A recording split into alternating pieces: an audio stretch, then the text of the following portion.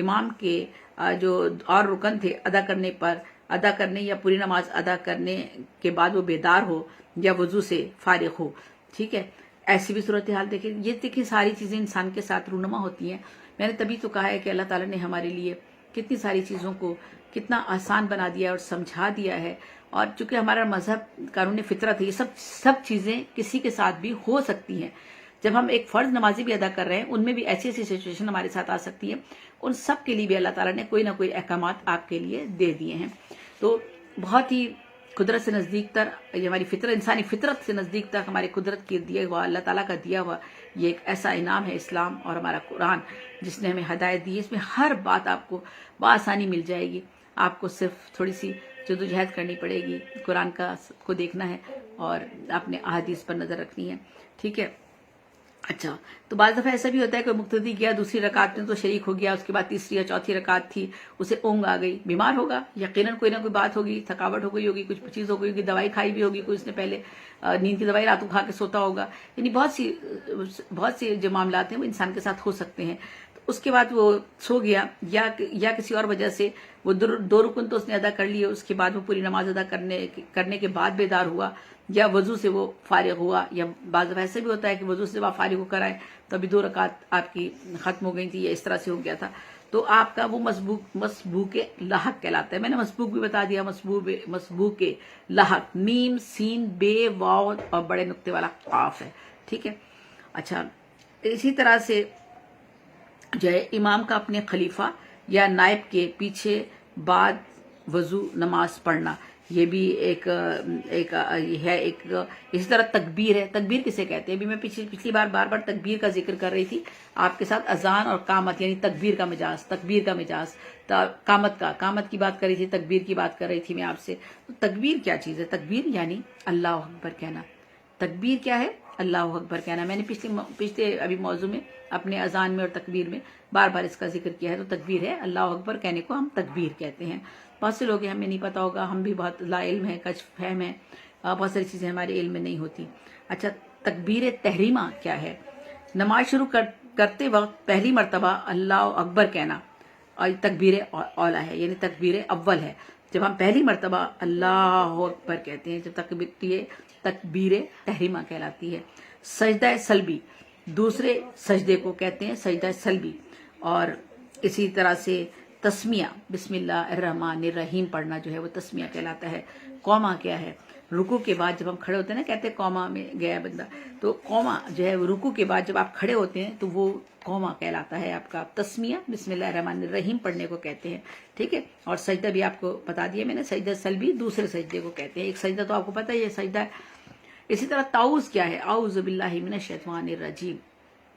تسبیح کیا ہے؟ تسبیح ہے، ہم کہتے ہیں نا تسبیح پڑھ لیں، نماز بھی ہمارے آتی ہے، اس طرح سے ہم جب پڑھتے ہیں تو یہ ہے تسبیح. کیا ہے آپ کی؟ سبحان اللہ کہنا تسبیح ہے آپ کی. تسمیع کیا ہے آپ کی؟ سمیع اللہ لمن حمدہ جب ہم کہتے ہیں. اسی طرح تمجید ہے آپ کی. اسی طرح جلسہ کیا ہے؟ وہ 2 سجدوں کے درمیان جو بیٹھنا ہوتا ہے اس کو ہم جلسے کا لفظ کہتے ہیں. قعدہ اولا کسے کہتے ہیں؟ 2 رکعت کے بعد جب آپ اتحاد پڑھنے کے لیے بیٹھتے ہیں تو اسے قعدہ اولا کہتے ہیں. تو ہمارا عالم جو ہے، ہمارا امام جو ہے، ہمارا مسجد نماز پڑھانے والا جو ہے، وہ آپ سے اگر یہ کہے تو آپ کو ان چیزوں کا یہ جلسہ کر لیجئے، تمہید ادا کیجئے. وہ تو خیر ہمیں پتہ ہی ہوتا ہے، یہ تسمیح ہے، تمہید ہے، تسبیح ہے، تعوذ ہے، یہ سب چیزیں ہم پڑھتے ہوتے ہیں تو ہمارے علم میں ہوتا ہے. لیکن اگر وہ ایسی اصطلاح استعمال کرے تو آپ کے علم میں ہوگا. آپ عربی سیکھنے کی طرف جاتے ہیں تو یہ تو بنیادی چیزیں ہیں جو آپ کو پتہ ہونی چاہیے. ہم دیکھیں، ہم نے اپنے اشعار میں بھی استعمال کیے ہیں یہ لفظ، تشہد کا استعمال لفظ کیا، اشہد اللہ الہ جب ہم پڑھتے ہیں تو اس کی یہ ہے.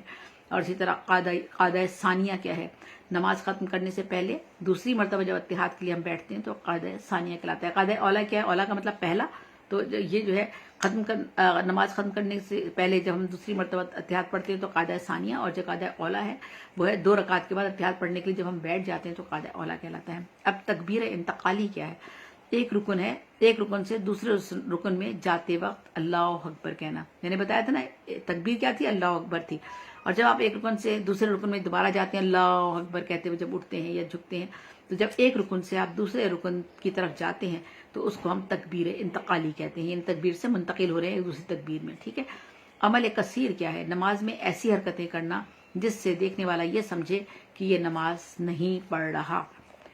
نماز آپ کی فاسد ہوتی ہے اس طرح کی نماز. ٹھیک ہے، تو نماز دیکھیے گا آپ کو کہا ہے رک رک کر پڑھنی ہے، اطمینان سے پڑھنی ہے اور سوچ سمجھ کر پڑھنی ہے. سجدہ کرتے وقت اللہ تعالیٰ کے روبرو اپنی لو لگانے کی ضرورت ہے، اسی سے رابطہ رکھنے کا ایک احساس پیدا کرنا ہے جو ابھی تک ہم میں شاید نہیں ہوا ہے. مجھ میں تو شاید اللہ تعالیٰ ڈال دے گا تو اس قوت طاقت ڈال دے گا. شاید ابھی تک ہم اس طرف نہیں پہنچے، اس مرتبے اور درجے تک نہیں پہنچے ہیں جس میں لوگ پہنچ جاتے ہیں. تو یہ جو ہے پھر آپ کا تحلیل کیا ہے؟ تحلیل جو ہے لا الہ الا اللہ کہنا جو تحلیل کہلاتا ہے. اور تعدیلی ارکان آپ کے کیا ہوتے ہیں؟ تعدیلی ارکان کیا ہوتے ہیں؟ رکوع ہے آپ کا، رکوع ہے، سجدہ ہے، سجدہ وغیرہ یہ ارکان اطمینان سے ادا کرنا چاہیے. یعنی رکوع میں جب آپ جائیں تب بھی آپ اطمینان سے ادا کریں، اور جو ہے آپ جب سجدے میں چلے جائیں وہ بھی اطمینان سے ادا کریں. اللہ تعالیٰ ہمیں اس کی توفیق عطا فرمائے اور ہماری بخشش کرے، ہماری معافی قبول کرے.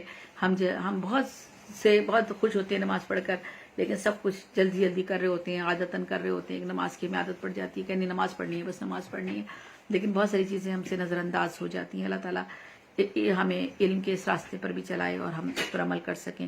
سحری کیا ہے؟ قبلے کی سمت سحری تو رمضان کے حوالے سے ہوتی ہے تو آپ کو پتہ ہی ہے. تحری کیا ہے؟ قبلے کی سمت بسط غور و فکر اٹکل سے طے کرنا جو ہوتا ہے نا وہ تحری کہلاتا ہے. تو اس طرح 17 کیا ہے؟ نمازی کا اپنے سامنے ایک ہاتھ لمبی اور انگلی کے برابر ہونے والی لکڑی داہنے ابرو کی طرف کھڑا کرنا یا آگے تولن ڈال دینا تاکہ سامنے سے گزرنے والے کی وجہ سے نماز میں خلل نہ ہو. دیکھیں نمازی کو نماز پڑھنے سے پہلے ہر نمازی کو ضرورت ہے اس بات کی، اس پوائنٹ کو مد نظر رکھیے. جب آپ نماز گھر میں پڑھ رہے ہیں نا تو ہر نمازی کے لیے ضروری ہے کہ سب سے پہلے آپ ایک ہاتھ لمبی اور انگلی کے برابر موٹی لکڑی، ٹھیک ہے، میرا خیال ہے ہوگی ایک ہاتھ لمبی تو یہاں تک ہو گئی. تو اگر وہ نہیں ہے تو اب آپ آج کل تو ہم لوگ تکیہ آگے رکھ لیتے ہیں یا کوئی اور چیز آگے رکھ لیتے ہیں اپنی جا نماز کے آگے.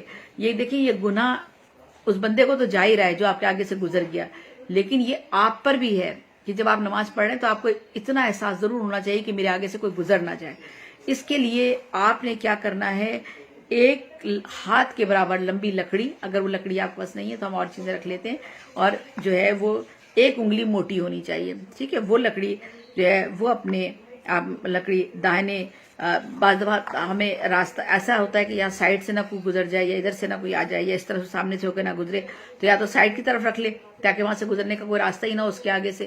لیکن آپ ایسی جگہ نماز پڑھ رہے ہیں، سجدہ کر رہے ہیں جہاں سے گزر آپ کو بار بار ہونا ہی پڑے گا، اللہ محالہ ہونا پڑے گا. یا تو نماز کے لیے ایسا کونے کا انتخاب کریں جہاں کسی کی گزر نہ ہو بار بار جب تک آپ نماز پڑھ رہے ہیں. تو آپ ورنہ پھر وہ آپ لکڑی رکھ لیں، اپنے آگے رکھ لیں، اپنے سائڈ میں اس لیے رکھ لیں کہ راستہ رک جائے اور وہ آپ کے آگے سے نہ گزرے.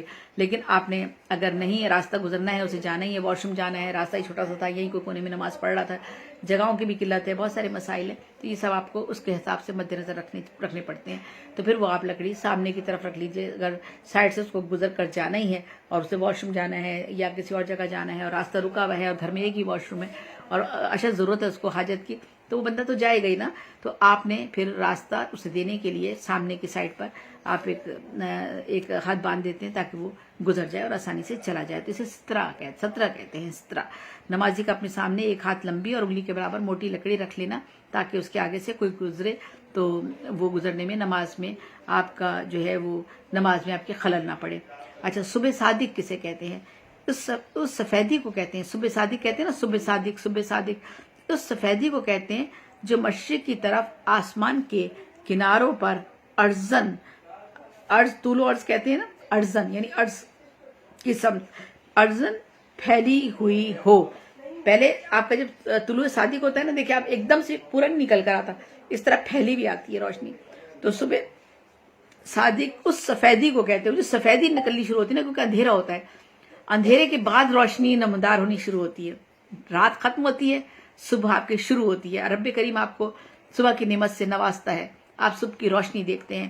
تو جب صبح کی روشنی آتی ہے وہ سفیدی ہوتی ہے، وہ مشرق کی طرف سے آسمان کے کناروں پر طول و عرض سے کہتے ہیں نا، عرض کی سمت پھیلی ہوئی ہوتی ہے. اسے ہم صبح کاذب کہتے ہیں، صبح کاذب کہتے ہیں، اور پھیلی ہوئی ہو۔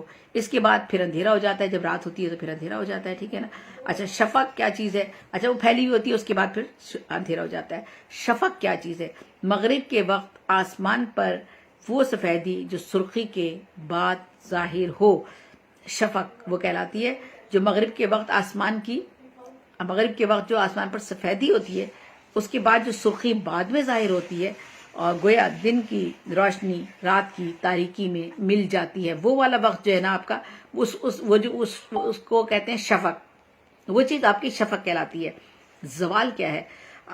وسط آسمان سے سورج کے ڈھلنے کو زوال کہتے ہیں، یعنی سایہ اصلی کے تجاوز کو زوال کہتے ہیں۔ سایہ اصلی جو ہوتا ہے نا، وہ جو آپ کا بڑا ہونا شروع ہو جاتا ہے، تجاوز کر جاتا ہے، اصلی سائے سے جو سایہ آپ کا بڑا ہو جاتا ہے، اس کو زوال کہتے ہیں۔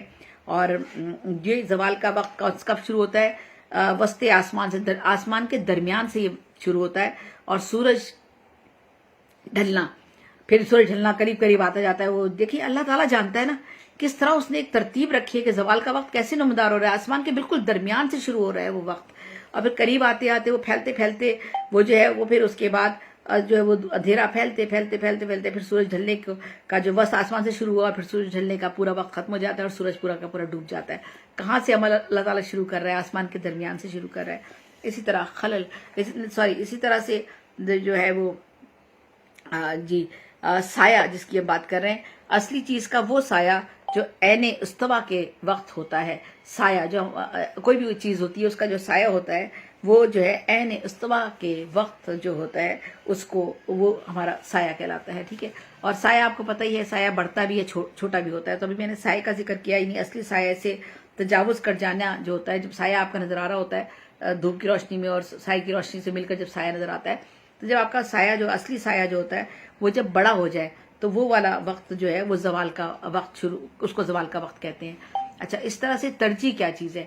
اذان کہتے وقت پہلی مرتبہ اشہد اللہ الہ جب ہم پڑھتے ہیں تو آہستہ کہنا، اور دوسری مرتبہ بلند آواز سے کہنا، ٹھیک ہے۔ اس کو جو ہم جو ہے یہ ترجیح کہلاتا ہے اذان کہتے وقت۔ یہ اذان کے وقت بتایا تھا نا میں نے آپ کو، کس جگہ الفاظ دھیمے کرنے ہیں اور کس جگہ الفاظ آپ کو ذرا تھوڑی سی تیزی سے کہنا ہے۔ ایک آدھ لفظ جو بتایا تھا میں نے شروع میں بتا ہی دیا تھا آپ کو وہاں پر، اور پھر جو ہے ایک جلدی آپ کو کہنا ہے اذان کہتے وقت بھی، اور آپ نے کس لفظ کو کھینچنا ہے اور کس کو نہیں کھینچنا ہے، شاید یہ بھی میں نے اس میں آپ کو بتا دیا تھا اذان کے جو میں نے موضوع میں بات کی ہے آپ سے۔ تو اذان جو ہے اس میں کیا ہے؟ کہتے وقت پہلی مرتبہ جو آپ اشہد اللہ الہ پڑھتے ہیں تو اس کو آہستہ کہنا، اور دوسری مرتبہ بآواز بلند کہنا، یہ جو ہے ہمارے یہ جائز نہیں ہے۔ یہ جو ہے یہ کچھ لوگوں کے نزدیک جو ہے یہ جائز نہیں ہے، البتہ شواوف کے نزدیک جائز ہے۔ کچھ لوگوں کے نزدیک یہ جائز ہے اور کچھ لوگوں کے نزدیک یہ جائز نہیں ہے، لیکن بہرحال آپ کے علم میں ہونا چاہیے کہ کیا جائز ہے اور کیا نہیں۔ لیکن میں نے اذان میں جو چیزیں جائز تھیں اور چیزیں درست تھیں ان کو میں نے بتایا ہے کہ کہاں کس طرح سے بولنا ہے اور کس طرح پر کہاں رکنا ہے، اور کون سی چیز آپ نے کس چیز پر زور دینا ہے اور کس چیز پر نہیں دینا ہے۔ جو لفظ میں نے اذان میں آپ کو بتائے تھے نا، اذان میں نے اللہ کا بتایا تھا کہ جب آپ کہتے ہیں موجب کفر ہوتا ہے کہ اذان میں اللہ کے الف کو مد کے ساتھ پڑھنا، یہ موجب کفر ہے۔ دیکھیے اذان دینے والے کو اس لیے کہا گیا ہے کہ اذان کن کن لوگوں پہ فرض ہے، جو اتنے سمجھدار ہوں، ان کی بھی میں نے پوری لسٹ آپ کو بتا دی ہے، ان کے بھی پورے علم ہونا چاہیے۔ آپ اذان بھی دے رہے ہیں تو اذان میں بھی اگر آپ نے ان چیزوں کی غلطی کر دی تو آپ دیکھیں موجب کفر میں شامل ہو گئے آپ۔ تو کیا ہے اذان میں؟ اذان میں اللہ کے الف کو مد کے ساتھ پڑھنا جو ہے نا، یا اشہد اللہ الہ الا اللہ جب ہم کہہ رہے ہوتے ہیں تو نون کے زبر کو کھینچ کر انا کہنا، یعنی انا جب آپ کر رہے ہوتے ہیں جب کہتے ہیں تو یہ موجب کفر ہے۔ یہ دونوں چیزیں موجب کفر ہے، یہ میں نے اذان میں بتایا تھا آپ کو، ٹھیک ہے۔ تو یہی بات میں نے بتائی ہے کہ یہ تو آپ نے بالکل جو اذان میں نے پوائنٹ بتایا، اس پوائنٹ کو تو آپ نے نظر انداز نہیں کرنا، اس میں کوئی اختلاف نہیں ہے۔ کسی فرقے میں کسی بھی عالم نے کسی بھی اجتہاد میں اس میں کوئی فرق نہیں ہے۔ یہ ایک مستند دینی احکام ہے، اس کو آپ نے اسی طرح ادا کرنا ہے جو اذان میں نے بتایا تھا۔ لیکن یہاں ایک مرتبہ جب دوسری بات آئی ہے وہ ترجیح کی بات آئی ہے، اور اس میں کہا گیا ہے کہ جب آپ اذان کہتے ہیں تو پہلی مرتبہ جب آپ اشہد اللہ الہ کہہ رہے ہیں اور آپ جو اس میں، اور پھر اس کے بعد دوبارہ دوسری مرتبہ جب آواز آپ جب رسول اللہ اور کہتے ہیں، تو جب آپ اس اذان کو آگے لے کر بڑھتے ہیں تو یہ بعض لوگوں کے نزدیک اس میں جو ہے وہ اس میں انہوں نے کہا ہے کہ اس کو کس طرح پڑھنا ہے کہ آہستہ پڑھنا ہے اور بلند پڑھنا ہے. اس میں دو باتیں بتائیں گے نا کہ ایک چیز کو آہستہ پڑھنا ہے، ایک کو بلند پڑھنا ہے. اس بات میں یہاں پر انہوں نے کہا ہے، اس میں کچھ شوائخ کے نزدیک، کچھ علماء کے نزدیک، کچھ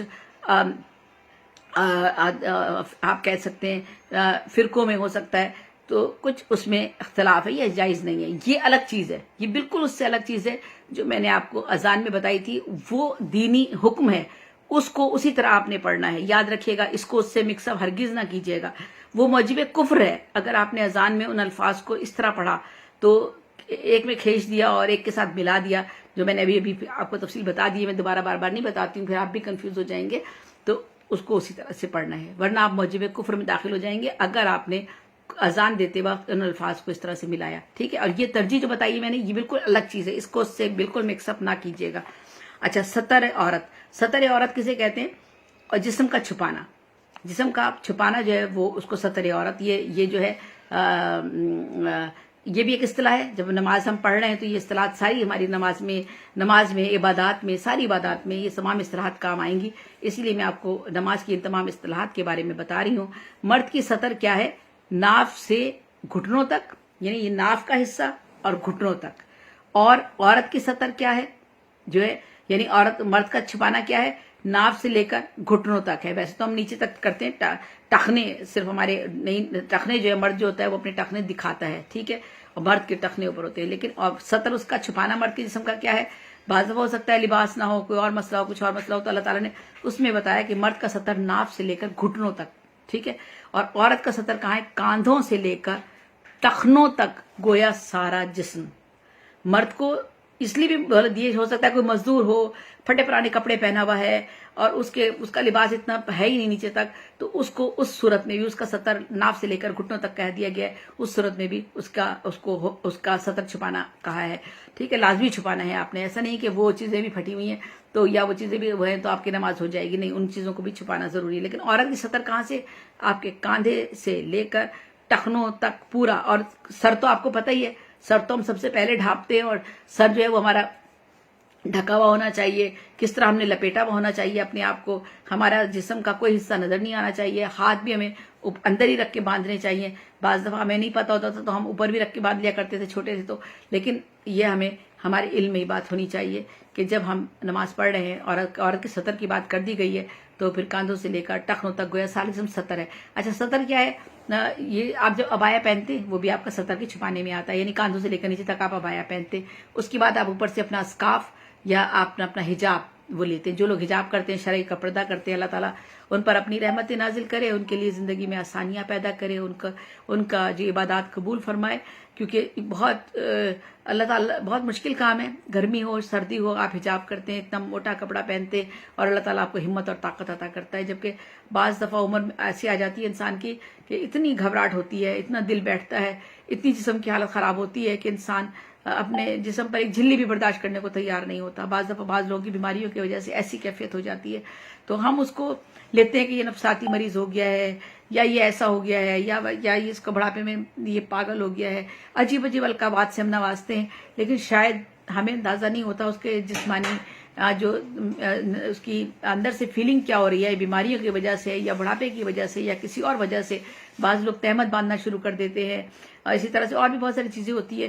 تو بہرحال یہ اللہ تعالیٰ قبول کرنے والا، معاف کرنے والا، حالات کو دیکھنے والا، وہ سمجھنے والا. لیکن ایک نارمل انسان کے لیے جتنی بھی چیزیں آپ کو بتا دی گئی ہیں ان سب پر عمل کرنا بہت ضروری ہے، ٹھیک ہے. تو جو لوگ شرعی پردہ کر رہے ہیں، میں ان کو داد و تحسین پیش کر رہی تھی، اسی لیے بات آگے سے آگے ہو گئی کہ وہ بہت بڑا کام کر رہے ہیں کہ اس گرمی میں بھی اور کیسے کیسے حالات میں بھی اپنے آپ کو ڈھانپتے ہیں، رکھتے ہیں، چلتے ہیں. تو بہرحال یہ تھا. تو اور یہ میں نے سطر کی بات کی، مرد کا سطر اور عورت کی سطر. اس میں نماز کی پابندی کا بھی میں نے بات نہیں کی ہے. نماز کے لیے تو آپ کو لباس کی پوری چیزوں کا آپ نے کور کرنا ہے نا، ہر چیز رکھنی ہے، مرد کو بھی اور عورت کو بھی. اور مرد کے لیے بھی یہ ہے کہ آپ نے پورا سطر، یعنی صرف گھٹنے جو ہے، مرد کا جو آپ کا یہ کہ ناف سے لے کے گھٹنوں تک تو سطر چھپانے کے لیے کہا گیا ہے، لیکن آپ کو صرف ٹخنے جو ہیں وہ کھلے رکھنے ہیں. یہاں تک لباس ہونا چاہیے کہ آپ کے ٹخنے کھلے رہے نماز پڑھتے وقت.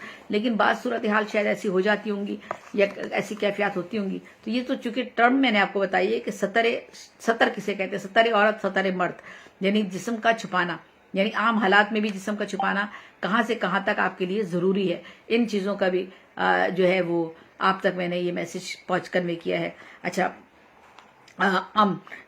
آمین کہنا جو ہے وہ بھی ہمارا اس میں شامل ہے، اور پھر اس کے بعد صدل ہے، سر پر کپڑا ڈال کر پاؤں کی طرف لٹکانا، یہ ساری اصطلاحات استعمال ہوتی ہیں۔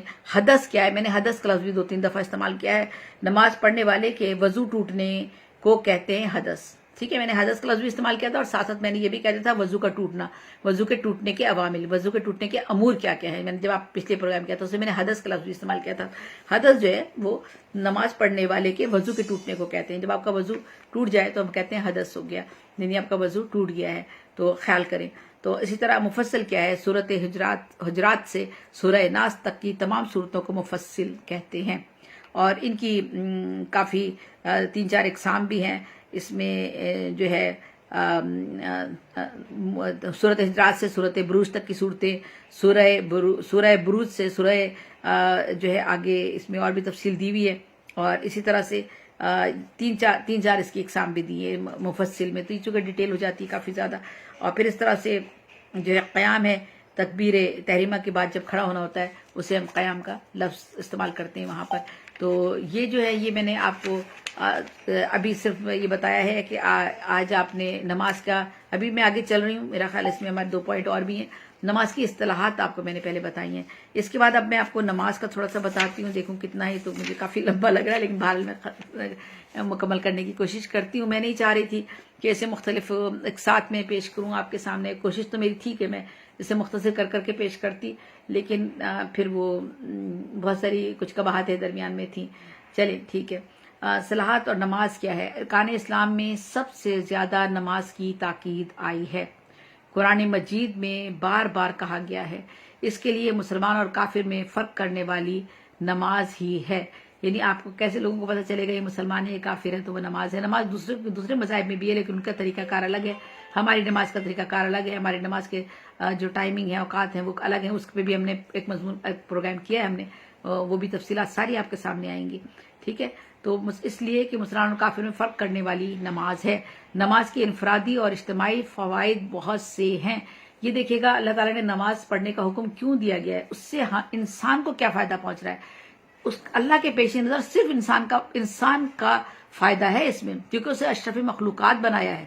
اس نے کہہ دیا میں نے دنیا میں تم کو جب سب سے بڑی مخلوق بنا دیا نا، تمام مخلوقات پہ سب سے بڑے آپ ہیں، تو جب سب سے بڑے آپ ہیں تو آپ کے اندر کون کون سی کوالٹیاں ہونی چاہیے، کون کون سی صفات آپ کے اندر ہونی چاہیے، ان صفات کو اجاگر کرنے کے لیے، تاکہ پوری جب لوگ کہے کہ اشرف مخلوق اسے کیوں کہا گیا تو اس کو پتہ چل جائے میرے رب نے اس انسان کے اندر اتنی صفات رکھی ہیں، اتنی خوبیاں رکھی ہیں، اور ان تمام خامیوں سے اس کو جو مبرہ کر دیا ہے۔ تو یہ اللہ تعالیٰ نے اس کو یہ کرنے کے لیے جتنی بھی عبادات رکھی ہیں ہمارے لیے، ان ساری عبادات میں انسان کا انفرادی اور اجتماعی فائدہ ہے۔ اس میں یاد رکھ لیجیے گا، یہ اللہ تعالیٰ کو آپ کی عبادت درکار ہے، نماز کی بہت ضرورت کیوں کہا گیا ہے، کیوں بار بار تاکید کی گئی ہے؟ کیونکہ جب آپ نماز پڑھ رہے ہیں آپ کا ہر عمل دھل گیا، پاکیزہ ہو گیا، آپ کا ہر عمل اٹھتے بیٹھتے چلتے پھرتے بات کرتے سنتے آنکھوں سے دیکھتے، آپ کا ہر عمل نماز ہو گیا ہے آپ کا۔ یاد رکھیے گا یہ بہت بڑا لفظ ہے۔ کیوں بار بار کہتے ہیں کہ نماز نہ چھوڑو، نماز نہ چھوڑو؟ ہم نے کیا کر لیا؟ 5 وقت کی نماز اپنا لی، بھاگتے دوڑتے نماز پڑھ لی، دل خوش کر لیا، لیکن کہہ دیا گیا نماز کی انفرادی اور اجتماعی فوائد بیان کر دیے گئے کہ یہ جو ہے آپ کو اس لیے اس نماز کو اسلام کا اولین رکن قرار دیا گیا ہے کہ یہیں سے انسان کی تربیت کا آغاز ہوتا ہے۔ وہ اشرف مخلوق کے درجے پر جب پہنچے گا، جب وہ ان تمام خوبیوں کو اپنے اندر پیدا کرے گا جو اللہ تعالیٰ نے ان ساری عبادات کے ذریعے اس کے اندر جو ہے پیدا کرنے کی کوشش کی ہے، کیونکہ انسان کو اس کو پتا تھا کہ حیوان ناطق ہے، اس کے اندر شر بھی ہے، اس کے اندر خیر بھی ہے۔ یہ کبھی کبھی آپ کو ایک دم شیطان کی شکل میں نظر آئے گا، کبھی کبھی ایک انسان اور فرشتے کی شکل میں بھی نظر آئے گا۔ اس نفس کو کنٹرول کرنے کے لیے میرے رب کریم نے عبادات رکھی، اور ان عبادات کے جو یہ ارکان ہیں، ان ارکان میں سارے کے سارے ان ارکان میں اللہ کی عبادت کے ساتھ ساتھ صرف اس انسان کی اصلاح، اس معاشرے کی اصلاح، اس قوم کی اصلاح، پوری دنیا کی اصلاح، پوری دنیا کے لیے نمونہ مسلمان کو بنایا کہ دیکھو کیوں مسلمان آج پوری دنیا میں مسلمانوں کی نماز میں فرق رکھا گیا اور دوسروں کی نمازوں میں فرق رکھا گیا، کیوں مسلمانوں کو کہا گیا کہ یہ اسلام تو جو ہے پورا عالمی مذہب ہے، یہ ہمارا جو اللہ ہے وہ پورے رب العالمین ہے، پوری دنیا کا عالم ہے، وہ تو پورے دنیا کا عالمین ہے، وہ کسی ایک جگہ کا تو نہیں ہے نا۔ آپ آج جتنے بھی آج دیکھ لیں، آج پوری دنیا، یہ اس لیے نہیں کہا گیا تھا، آج دنیا میں جگہ جگہ لوگ آباد ہیں نا، کتنے مسلمان آباد ہیں، جو ملک اٹھا کر آپ دیکھ لیں، اللہ تعالیٰ نے ان کی رزق کی تلاش میں کہاں رزق، اللہ تعالیٰ نے جو ہے رزق کی تلاش میں پرندہ کتنی دور تک جاتا ہے اڑتا ہوا، اسی طرح انسان رزق کی تلاش میں کتنی مشقت اٹھاتا ہے۔ کوئی سوچ سکتا ہے پہاڑ توڑے گا، کوئی سوچ سکتا ہے کہ غاروں کے اندر جائے گا اور کولے کی کانیں اور دوسری کانیں تلاش کرے گا، کوئی سوچ سکتا ہے انسان رزق کے لیے سمندر کی تہوں میں اتر جائے گا رزق کے حصول کے لیے۔ یہ رب کریم نے سارے وسیلے سب اس نے بنائے ہیں، وہی جانتا ہے، اسی کے لیے کچھ اس کے احکامات بھی ہیں، اور اس کے لیے اس نے کسی چیزوں کے لیے کچھ اس کے لیے ممانعت بھی قرار دی ہے۔ وہ موضوع ہمارا نہیں ہے، انشاءاللہ اس موضوع کی طرف بھی ہم کبھی آئیں گے تو ضرور بات کریں گے، اور کوشش تو یہی کرنی چاہیے کہ رزق کی تلاش میں، جیسے کہ کہا گیا ہے کہ آپ کسی مسلمان ملک کی طرف جائیے، لیکن اگر جو رب کریم نے آپ کا رزق کسی اور طرف لکھ ہی دیا ہے تو پھر وہ رب کریم جانتا ہے، دلوں کے حال بھی وہی جانتا ہے، رزق پہنچانے والا بھی وہی ہے، اپنے بندوں کو زندہ رکھنے والا بھی وہی ہے، اور رزق کے وسیلے پیدا کرنے والا بھی وہی رب ہے۔ تو کہا گیا ہے کہ یہ موضوع میرا الگ ہے، انشاءاللہ اس پر بات ضرور کریں گے ہم، اور میں یہاں پر پھر آگے بڑھتی ہوں کیونکہ ہمارا موضوع لمبا ہو جائے گا۔ تو میں کہہ رہی تھی کہ نماز کے انفرادی اور اجتماعی فوائد بہت ہیں، جن کی وجہ سے انسان مادی اور روحانی مسرتوں سے ہمکنار ہوتا ہے۔ مادی کیا ہو گیا؟ آپ کے روزمرہ کی ضروریات کی چیزیں، نماز پڑھی تو آپ کی روزمرہ کے ضروریات کے کام ہیں، آپ کا صبح سے اٹھ کر رات تک جتنے بھی کام کرنا ہے، مرد روزی کماتا ہے، عورت گھر بار دیکھتی ہے، دونوں کی ذمہ داریاں اللہ تعالیٰ نے مختص کر دی گئی ہیں، اور دونوں پر یہ ذمہ داری رکھ دی ہے کہ اپنے اولاد کی تعلیم و تربیت آپ کے ذمہ ہے۔ سوال ہوگا آپ سے، ٹھیک ہے، یہ سوال آپ سے ہوگا۔ اولاد اللہ تعالیٰ کی نعمت ہے، لیکن اس نعمت کو اگر آپ نے نعمت نہیں بنایا، زحمت بنا دیا دنیا کے لیے، معاشرے کے لیے، تو آپ سے بڑا اللہ تعالیٰ بخشش کرنے والا ہے، میں نہیں کچھ کہہ سکتی آگے لفظ۔ تو حضور کا ارشاد ہے کہ دیکھیں، دراصل نماز اسلام کا اولین رکن ہے، اسی لیے اللہ تعالیٰ نے نماز کو کہہ دیا کہ انسان کی مادی اور روحانی مسائل، ایک تو روحانی طور پر آپ کو سکون ملتا ہے، ٹھیک ہے، جب آپ اللہ کے نزدیک ہوتے ہیں، یہ عبادت کا درجہ ہے۔ مادی طور پر انسان کو فوائد حاصل ہوتے ہیں، اجتماعی بھی اور انفرادی بھی۔ تو جب آپ نماز پڑھتے ہیں، آپ کا پورا گھر نماز پڑھتا ہے، صرف نماز کی حد تک نہیں بات کر رہی ہوں، جو عمل پھر اس کے بعد آپ عمل کرنا شروع کرتے ہیں کہ نماز نے جو عمل کرنے کا آپ کو ہدایت دی تھی، آپ سب جب ان پر عمل کرنا شروع کر دیتے ہیں، آپ کا بچہ محلہ پڑوس دیکھنے والے احباب رشتہ دار سب ان عمال کی پابندی کرتے ہیں کہ یہ شخص وعدے کا پابند ہے، یہ شخص جھوٹ نہیں بولتا، یہ شخص بہت محنتی ہے، یہ شخص امانت دار ہے، یہ شخص نیک ہے، یہ شخص پرہیزگار ہے، کیونکہ نماز پڑھ رہا ہے۔ نماز پڑھنے والے آدمی کے اندر ہمیں خامیاں نہیں ملنی چاہیے۔ میرے رب کریم نے کہہ دیا نماز میں نے صرف اسی لیے پہلا رکن اور سب سے ضروری اس لیے قرار دے دیا گیا کہ اس کو پڑھنے کے بعد تو انسان جو ہے وہ اللہ تعالیٰ کا ایک اشرف مخلوقات کا وہ اس حصے میں شامل ہو جاتا ہے جہاں پوری دنیا پر وہ جو ہے افضل ہو جاتا ہے۔ تو جب اس کو اس افضل مقام پر اللہ نے پہنچانا تھا تو پہلا رکن اس نے نماز رکھی کہ نماز پڑھتے کے ساتھ ہی میرے انسان کے اندر وہ ساری خوبیاں آ جائیں گی، وہ ساری خامیاں اس کی دور ہوتی چلی جائیں گی دھیرے دھیرے۔ جو انسان کہتا ہے کہ جی میں نفس سے کنٹرول نہیں کر سکتا، میں تو اس وجہ سے نہیں کر سکتا، میں اس وجہ سے نہیں کر سکتا، ہم بہت سی وجوہات تلاش کر لیتے ہیں کیونکہ ہمارا نفس ہمیں مجبور کرتا ہے، ہمارا نفس ہمیں برباد کر دیتا ہے، تباہی بربادی کے راستے پہ لے جاتا ہے۔ وہ ہمارا شیطان، ہمارے اندر کا فرشتہ، دونوں خصوصیات شر اور خیر دونوں اندر اللہ میں نے رکھ دی، کبھی شر ہم پر غالب آ جاتا ہے، کبھی خیر ہم پر غالب آ جاتا ہے۔ لیکن نماز کا دیکھیں کتنی امپورٹنٹ تھی، اس کو مجھے پورا وقت دینا چاہیے تھا سمجھانے کے لیے، بات کرنے کے لیے، لیکن بہرحال چلے میں کوشش کرتی ہوں، آگے بڑھتی ہوں، کیونکہ بات یہ ہے کہ ہم نماز کی بات سب کر رہے ہیں، نماز پڑھنے بھی سب جا رہے ہیں، مسجدوں میں بھی جا رہے ہیں، لیکن اس کے باوجود ہمارے اعمال میں قدم قدم پر ہمارے جتنا زیادہ ابتری کا شکار ہیں مسلمان اور مسلمان ممالک، اور جس کی وجہ سے آج ہم پوری دنیا میں جو ہے وہ ہم اچھی نظروں سے نہیں دیکھے جاتے۔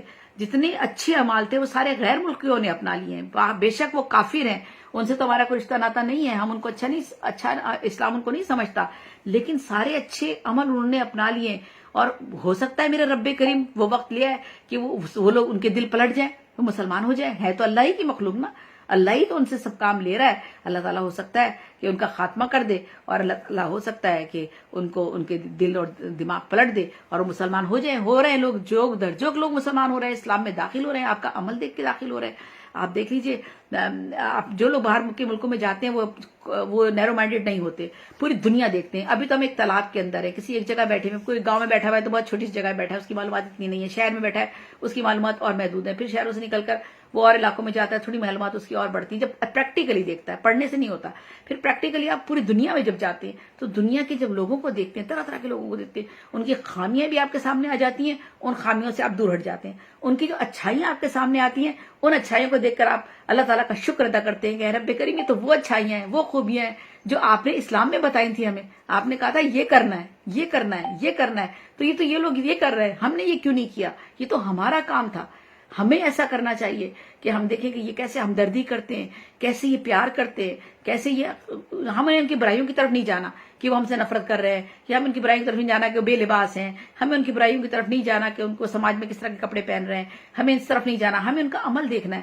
جب آپ پریکٹیکلی آپ ان کے ساتھ پھرتے ہیں، وہاں کالے بھی ہیں، گورے بھی ہیں، آپ کے جو ہے براؤن، ہم لوگ براؤن کہلاتے ہیں، صومالین بھی ہیں، افریقن بھی ہیں، چائنیز بھی ہیں. پوری دنیا کے لوگ پوری دنیاؤں میں ہیں بکھرے ہوئے رزق کے لیے. ایک ملک تو ہے نہیں نا، بے شمار ممالک ہیں.